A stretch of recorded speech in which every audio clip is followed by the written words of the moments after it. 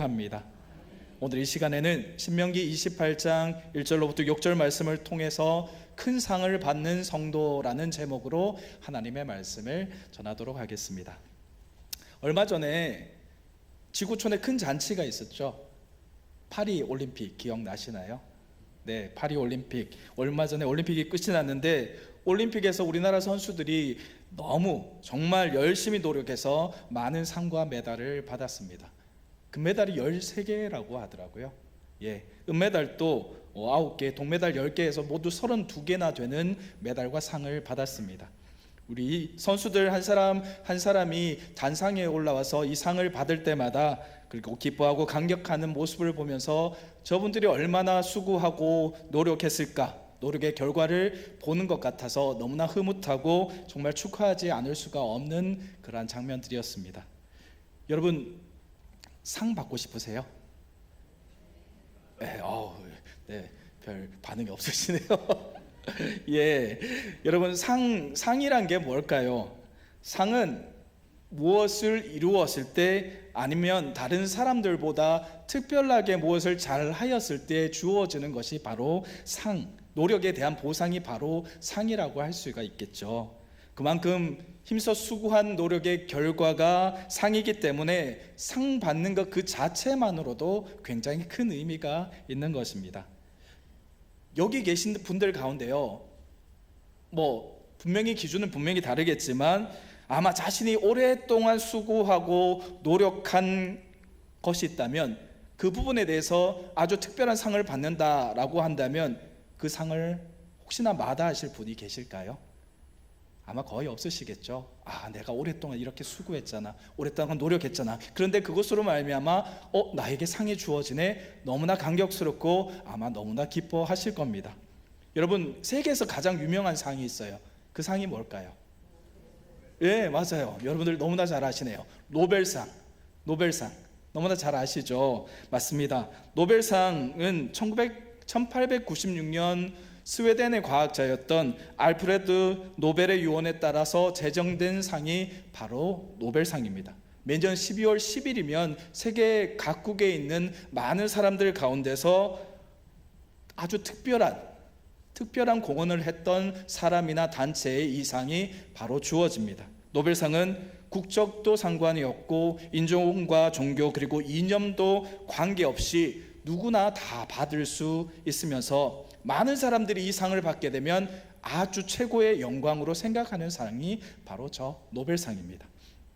그리고 여러분, 그 기억하시나요? 몇 년 전이었습니다. 세계를 깜짝 놀라게 했던 한국인이 받았던 상이 또 하나가 있는데요. 오스카라고 들어보셨나요? 아카데미 시상식이 있었죠. 아카데미상, 오스카라고 이야기를 하기도 하는데 이 아카데미상에서 봉준호 감독이 기생충이라는 영화로 감독상, 각본상, 외국어 영화상, 최우수 영화상 등 모두 4개 부분을 수상하게 되었습니다. 이 아카데미상은 영화인들에게 있어서는 어떻게 보면 아까 조금 전에 보았던 노벨상과 아주 유사한 아주 그러한 상이라고 생각합니다. 노벨상이나 아카데미상이나 모두 상을 받는 사람들과 단체 그리고 그가 속한 나라에 아주 큰 영광을 얻게 되는 상이라고 할 수가 있겠죠. 근데 여러분, 그거 아시나요?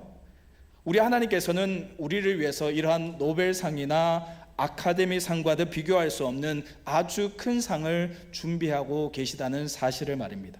우리도 힘써 노력한다면 충분히 그 상을 받을 수도 있다라는 사실도 여러분 알고 계십니까?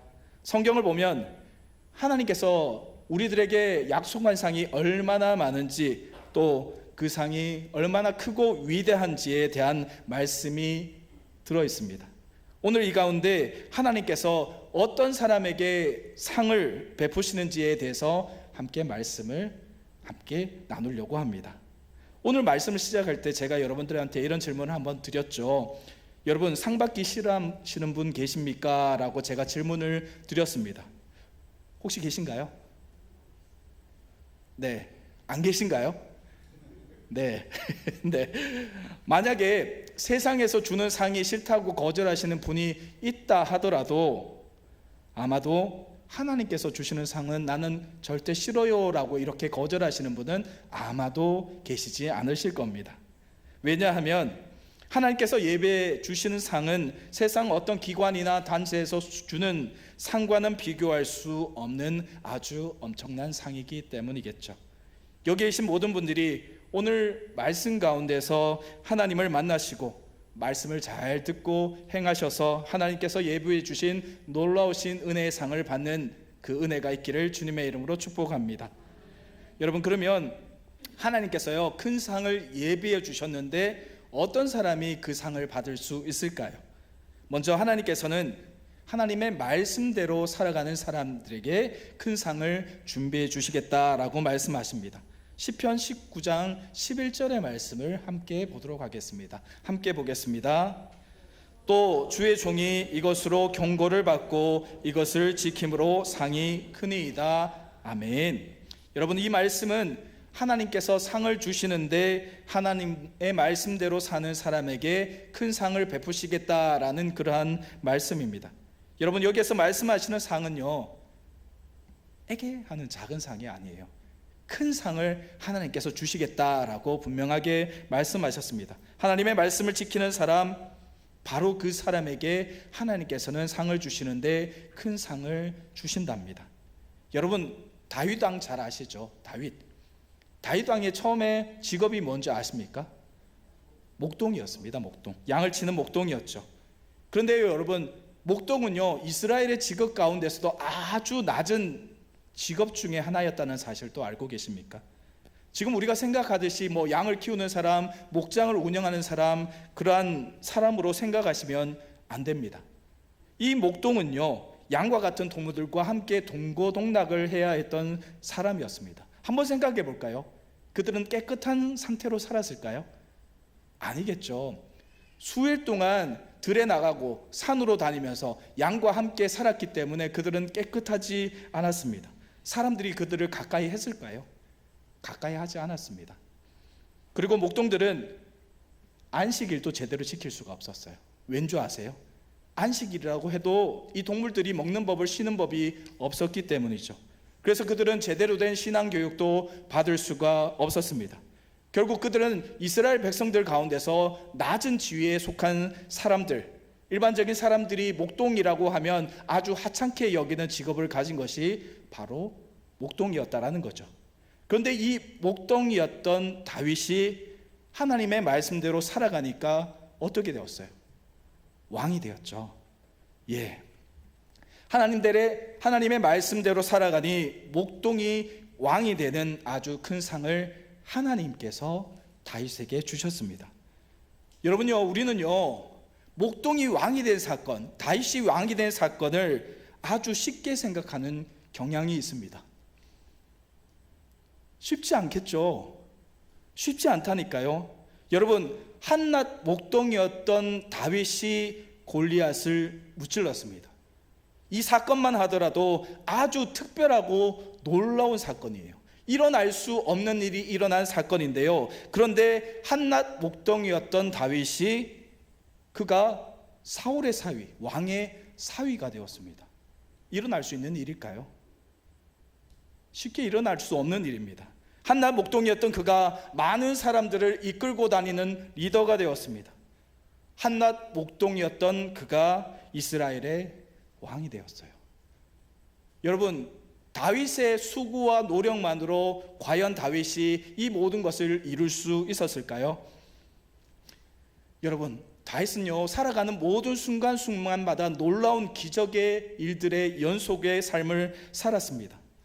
여러분, 다윗의 삶에서 어느 단 한순간도 하나님의 힘과 능력, 그리고 하나님의 도우심이 그와 함께 하지 않으신 적이 없었습니다. 이 사실을 우리는 분명히 기억해야 됩니다. 도대체 다윗이 무엇을 했길래 하나님께서 그 다윗을 이렇게 도우셨을까요? 한 가지입니다. 바로 말씀대로 살았던 겁니다. 여러분, 그가 하나님대로 말씀대로 사니까 그의 평생이 하나님의 이끄신 가운데 있었고, 말씀대로 살아가니 하나님께서 그에게 놀랍고 큰 상을 베푸셨다라는 사실을 우리는 분명히 기억해야 되는 겁니다. 그리고 여러분, 우리가 성경을 한번 펼쳐볼까요? 성경에 여러 믿음의 선조들 가운데 항상 하나님의 은혜를 사모하고 말씀에 순종하며 살았던 사람들의 모습을 우리가 한번 생각해 볼 필요가 있지 않을까요? 그들은 모두 시대를 이끌어간 리더로 살았습니다. 그리고 세움을 받았습니다. 하나님께서 그들에게 큰 일을 맡기셨습니다. 그들은 하나님의 쓰임을 받았습니다. 그리고 큰 상을 받았죠. 그들이 어떻게 했길래요? 한 가지밖에 없습니다. 하나님의 말씀대로 순종하며 살았다. 그거밖에 없다라는 사실을 우리는 분명히 기억해야 됩니다. 그러면 여러분, 결과는 우리가 봤어요. 그들은 하나님의 큰 은혜를 받았고 리더가 되었고, 그리고 하나님의 놀라우신 큰 복을 받았는데, 그들이 했던 것은 하나님의 말씀에 순종하며 살았다라는 것을 우리가 들었다면, 그렇다면 우리는 어떻게 해야 될까요? 한 가지밖에 없지 않을까요? 말씀대로 살아가는 것. 하나님께서 분명하게 우리에게 말씀하셨습니다. 아브라함이, 요셉이, 모세가, 여호수아가, 엘리야가, 다니엘이 하나님의 뜻을 따라서 순종의 삶을 살아갔더니 하나님께서 그들을 세우시고 하나님께서 그들을 도와주시고 그들에게 큰 복을 베풀어 주셨습니다. 오늘 본문 말씀이에요. 오늘 본문 말씀 신명기 28장 1절의 말씀을 함께 보도록 하겠습니다. 함께 보겠습니다. 시작. 내가 내 하나님 여호와의 말씀을 삼가 듣고 내가 오늘 내게 명령하는 그의 모든 명령을 지켜 행하면 내 하나님 여호와께서 너를 세계 모든 민족 위에 뛰어나게 하실 것이라. 아멘. 여러분, 하나님께서는요 우리에게 상 주시기를 원하신대요. 그런데 그 가운데 하나님의 말씀에 순종하는 사람, 즉 하나님의 말씀을 가까이 하고 말씀대로 사는 사람에게 하나님께서 큰 상을 베풀어 주신다라고 이렇게 말씀하고 있는 겁니다. 그를 하나님께서는요 세계 모든 민족 위에 뛰어나게 하실 것이다 라고 말씀하셨어요. 여러분, 가능하실까요? 가능하실까요? 아멘. 네, 맞습니다. 여러분, 우리에게 복 주시겠다는 말씀을 이렇게 하시는 거예요. 그렇다면 우리가 가야 할 길이 이제 정해지지 않았습니까? 사랑하는 여러분, 하나님의 말씀대로 사시기를 주님의 이름으로 축복합니다. 저와 여러분들이 하나님의 말씀을 잘 들으시고요, 그리고 잘 지켜나가셔서 하나님께서 베푸시는 놀라운 상을 받는 은혜가 있기를 다시 한번 주님의 이름으로 축복합니다. 여러분, 하나님께서는요 또 상을 주시는데, 큰 상을 베푸시는데 어떠한 사람에게 상을 베푸시느냐? 두 번째는요, 하나님은 담대한 사람에게 상을 베풀어 주시겠다라고 이렇게 말씀합니다. 여러분, 히브리서 10장 35절과 36절의 말씀을 함께 보도록 하겠습니다. 함께 보겠습니다. 그러므로 너희 담대함을 버리지 말라. 이것이 큰 상을 얻게 하느니라. 너희에게 인내가 필요하면 너희가 하나님의 뜻을 행한 후에 약속하신 것을 받기 위함이라. 아멘.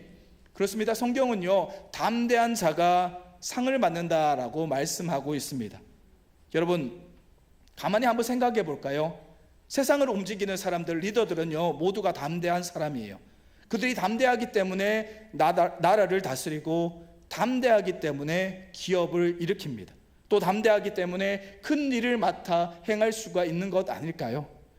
성경의 모세를 한번 볼까요? 그가 처음 하나님을 대면하여 만났을 때 그는 담대했을까요? 담대했을까요? 아니요, 담대 안 했어요. 사실은요, 모세는요 하나님이 두려웠습니다. 네, 두려웠어요. 그는 담대하지 않았어요. 하지만 그가 하나님의 일하심을 경험하고 변화됩니다. 바뀌게 됩니다. 하나님께서 함께 하심을 의심하지 않게 되니 이제 그는 담대한 사람으로 살아갈 수 있게 되었어요. 처음에는 담대하지 않았지만 하나님의 말씀을 믿고 하나님의 일하심을 믿고 나아갔더니 이제 담대하게 변하게 된 거예요. 그가 담대하니 비로소 이스라엘 백성들을 이끌 수 있게 되었습니다. 시므론 통의 앞을 두고도 그는 이제 두려워하지 않을 수 있게 되었어요. 여러분, 담대하지 못하면요 조그만 것에도 벌벌 두려워 떨 수밖에 없게 됩니다. 담대하지 못하면요 작은 고난이 나에게 닥쳐오면 어떻게 되는 줄 아세요? 담대하지 못하면 넘어집니다. 여러분, 우리가 담대하지 못하면 작은 일이 생기면 고민에 빠집니다. 성경은 우리에게 담대하라 이렇게 말씀합니다. 여러분, 담대해야 응답을 받더라도 더 큰 응답을 받을 수 있게 됩니다. 그래서 시편 27편 14절에서는 이렇게 이야기하고 있습니다. 제가 읽어드리겠습니다. 너는 여호와를 기다릴지어다. 강하고 담대하여 여호와를 기다릴지어다. 아멘. 여러분, 기도를 해도요, 담대하지 못하면 구하는 것조차 소심한 것밖에 구할 수밖에 없어요. 크고 아름다운 것을 구할 수가 없습니다. 여러분, 담대해 주셔야 됩니다. 하나님은요, 우리에게 두려운 마음을 주신 적이 없어요. 하나님은요, 우리 보고 두려워하라고 이렇게 말씀하신 적이 없어요. 그래서 참 은혜를 받으면, 참 은혜를 경험하게 되면 정말 장군처럼 담대해질 수밖에 없게 되는 겁니다. 여러분, 이것은 하나님께서 우리에게 담대한 마음을 주시기 때문입니다. 여러분, 담대한 사람이 하나님의 도움을 받을 수가 있게 되는 거예요. 피하고 두려워서 도망가는 사람 하나님께서 원하지 않으십니다. 그럼에도 불구하고 하나님만 믿고 담대하게 나갔습니다라고 고백하는 사람에게 하나님께서는 모든 것을 맡겨주신다는 겁니다. 하나님께서는 우리에게 두려워하지 말아라, 놀라지 말아라 이렇게 분명히 말씀하셨죠. 하나님이 우리와 함께 해주시고 하나님이 반드시 우리의 도움이 되시겠다라고 이렇게 말씀하시는 거예요. 여러분, 나는 담대하지 못할지라도 하나님께서는요, 우리를 도우시고 우리를 채우시고 우리에게 은혜 베풀어 주실 줄로 믿습니다. 여러분, 의로운 손이 우리를 붙드신다라고 이렇게 말씀하셨습니다. 사랑하는 여러분, 담대한 믿음의 사람 다 될 수 있기를 주님의 이름으로 축복합니다.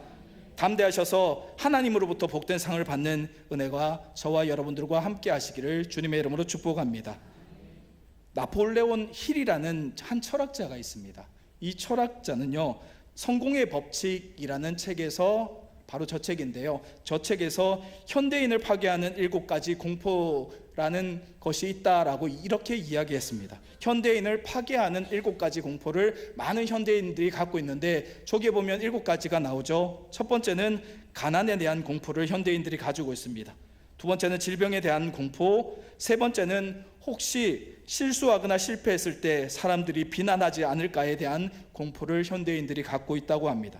네 번째는 사랑의 상실에 대한 공포, 다섯 번째는 늙음에 대한 공포, 여섯 번째는 자유를 상실할까봐 하는 불안의 공포, 일곱 번째는 죽음의 공포를 바로 이 현대인들이 다 가지고 있다라고 이렇게 이야기합니다. 그래서 세상의 대부분의 사람들은 저 7가지의 공포를 가지고 살아갑니다. 그렇다면 여러분, 우리는 저렇게 저 나폴레온 힐이 말한 것과 같은 7가지의 공포를 가지고 살아가는 것이 맞을까요? 아니에요. 여러분, 우리는 이러한 공포에 두려워하거나 이러한 공포에 빠져서는 안 됩니다. 왠 줄 아세요? 우리는 그리스도인이기 때문이죠. 여러분, 우리에게는 우리를 지키시고 도우시는 바로 우리 주님이 계시다는 것을 믿기 때문에 우리는 굳이 저러한 7가지 공포를 가지고 살아갈 필요가 있다 없다? 없습니다. 예, 맞습니다. 결국 이러한 현대인을 파괴하는 7가지 공포를 느끼고 가지고 있다라는 사실은, 우리가 살아가면서 저 7가지 공포를 우리가 가지고 계속 살아가고 있다라는 것은, 달리 말하면 우리에게 은혜 받는 마음이 없다라는 사실이에요. 여러분, 극단적으로 말한다면요, 하나님이 우리 안에 없기 때문이다라고 말할 수가 있습니다. 이러한 공포를 느끼고 그 공포로 인해서 우리가 두려워하고 있다라는 것은 우리 안에 하나님이 자리 잡고 계시지 않다라는 것입니다. 여러분, 그러므로 우리는 이런 믿음으로 이런 공포를 다 이겨내야 됩니다. 하나님을 믿지 않기 때문에, 의지하지 않기 때문에, 우리가 우리의 힘으로 살아가기 위해서 저런 공포를 물리쳐야 할 수 있을까요? 아니죠.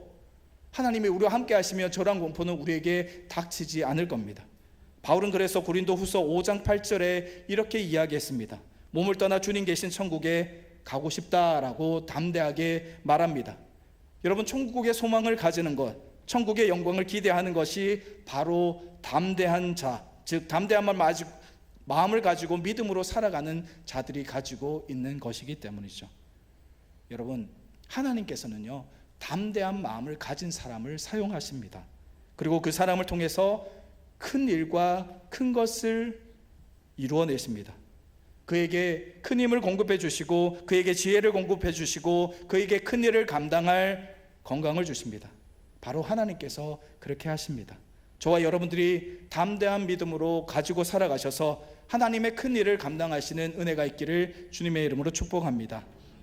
이제 마지막으로 하나님은 어떤 사람에게 큰 상을 베풀어 주실까요? 하나님께서는 신앙의 고난을 받는 사람에게 상을 주시되 큰 상을 베풀어 주신다라고 말씀하고 있습니다.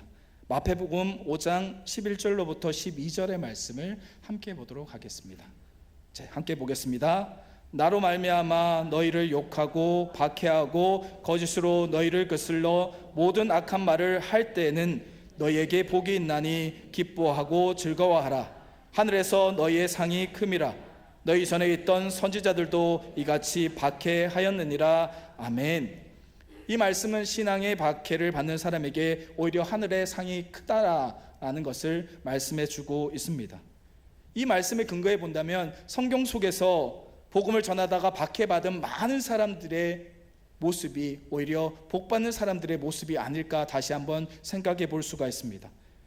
여러분, 예수 그리스도를 위해서 일하는 것에 공짜는 없습니다. 여러분, 우리가 하나님의 일을 하죠. 하나님의 일을 하는 것에 공짜는 없어요. 절대 공짜는 없습니다. 하늘의 영광된 상과 복이 그에게 있습니다. 하나님께서 그에게 복을 분명히 주시겠다 말씀하셨습니다. 여러분, 누가 채워주실까요?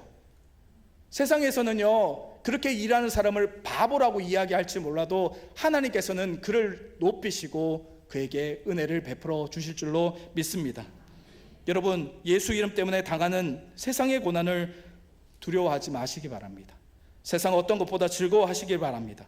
그 뒤에는 반드시 하나님으로부터 오는 놀랍고 큰 상이 있기 때문입니다.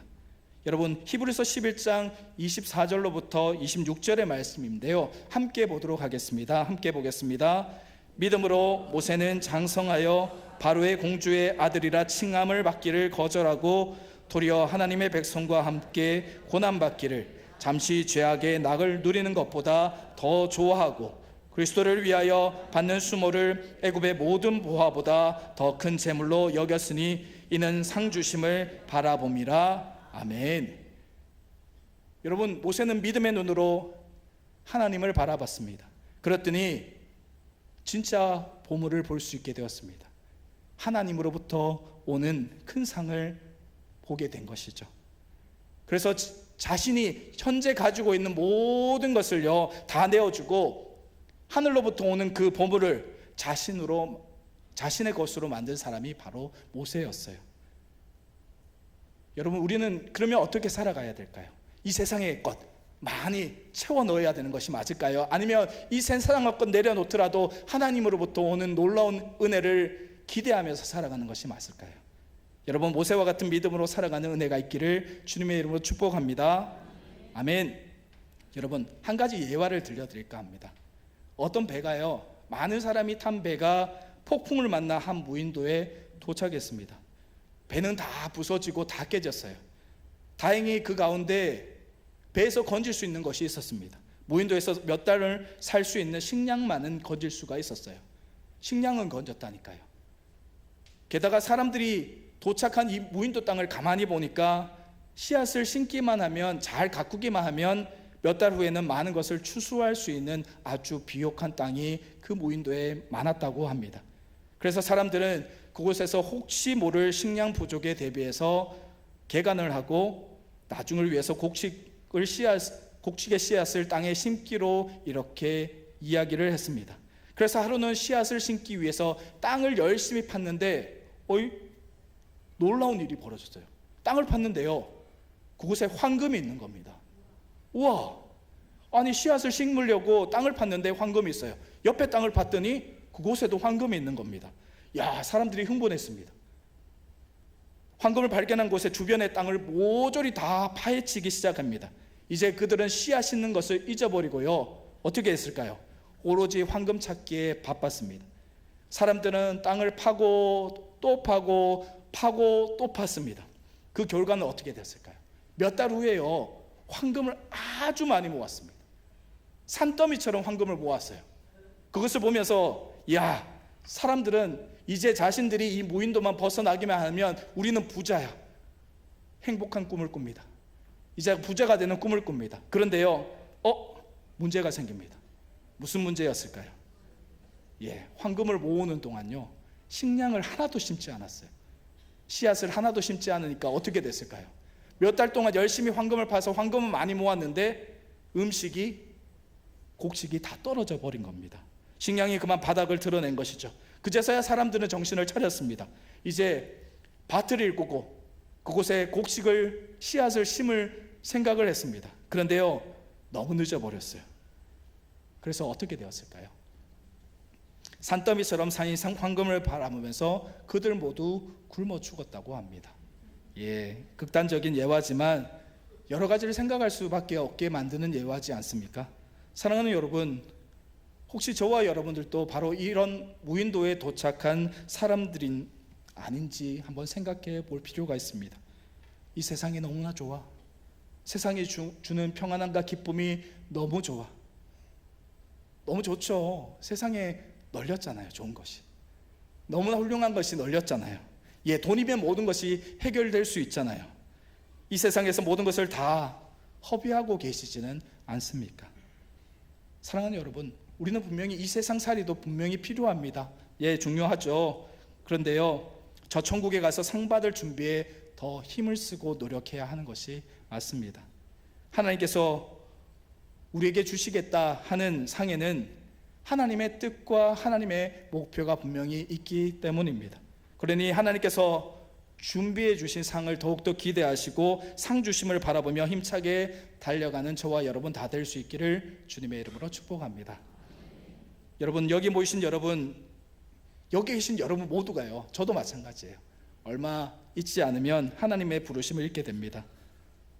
우리는 이 땅에서 영원히 살 수 없다라는 말씀입니다. 무엇보다 우리의 삶이 이 세상 안에서 영원히 살 것이라는 착각을 우리는 버려야 돼요. 사랑하는 여러분, 하나님께서 예수 그리스도 안에서 우리에게 주실 상을 가득 준비해 놓았습니다. 조금이 아니라 가득 준비해 주셨어요. 하나님의 뜻을 따라 살아가는 자에게 이 땅에서도 주시고, 그리고 영원한 하나님의 나라에서도 우리에게 아낌없이 베풀어 주실 줄로 믿습니다. 그러니 여러분, 하나님의 말씀대로 살아가셔야 됩니다. 담대한 믿음을 가지고 살아가셔야 됩니다. 그리고 신앙의 고난에 걱정하지 마시고 두려워하지 마시고 그 고난을 기쁨으로 받으셔서 하나님의 나라, 하나님께서 우리에게 예비하신 그 큰 상급을 위해서 살아갈 수 있기를 주님의 이름으로 축복합니다. 여러분, 우리 모두요, 이렇게 살아가신다면 분명하게 말씀하십니다. 이렇게 살아가는 모든 자에게 하나님께서 큰 상을 베풀어 주시겠다라고 말씀하셨습니다.